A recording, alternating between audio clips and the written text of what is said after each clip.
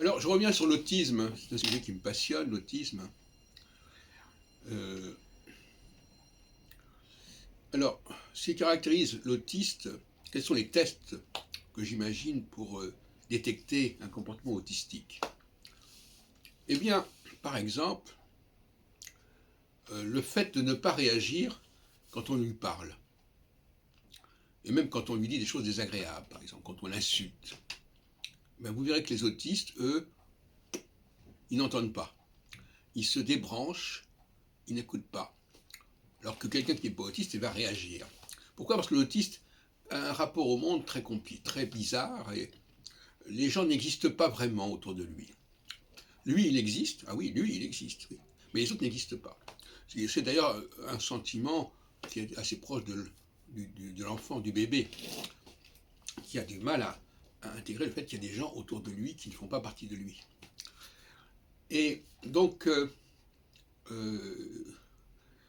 dans les groupes, par exemple, si on prend un groupe que je connais bien, où il y a beaucoup d'antisémites, donc qui disent des choses assez effrayantes sur les juifs, eh bien, il y a beaucoup d'autistes.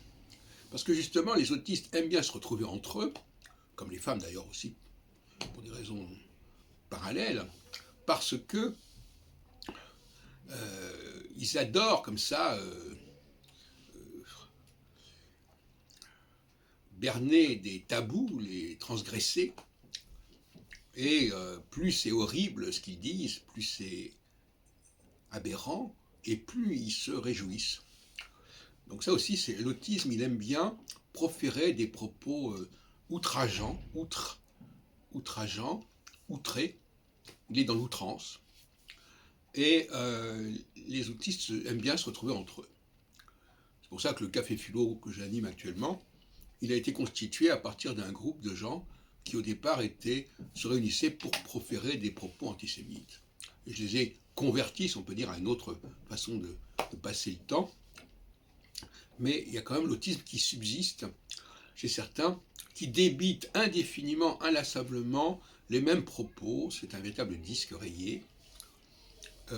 Chaque fois qu'on les interroge sur un sujet donné, il y a un bouton et on sort le même disque.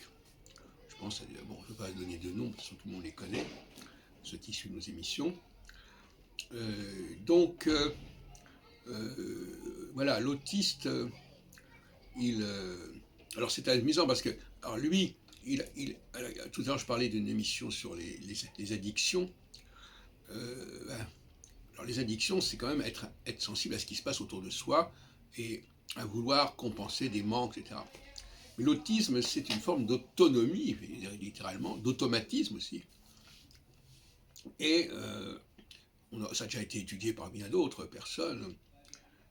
L'autisme, c'est une sorte d'incapacité à capter correctement les signaux extérieurs. Alors finalement, comme on n'y arrive pas, eh bien on finit par ne plus les considérer comme intéressants.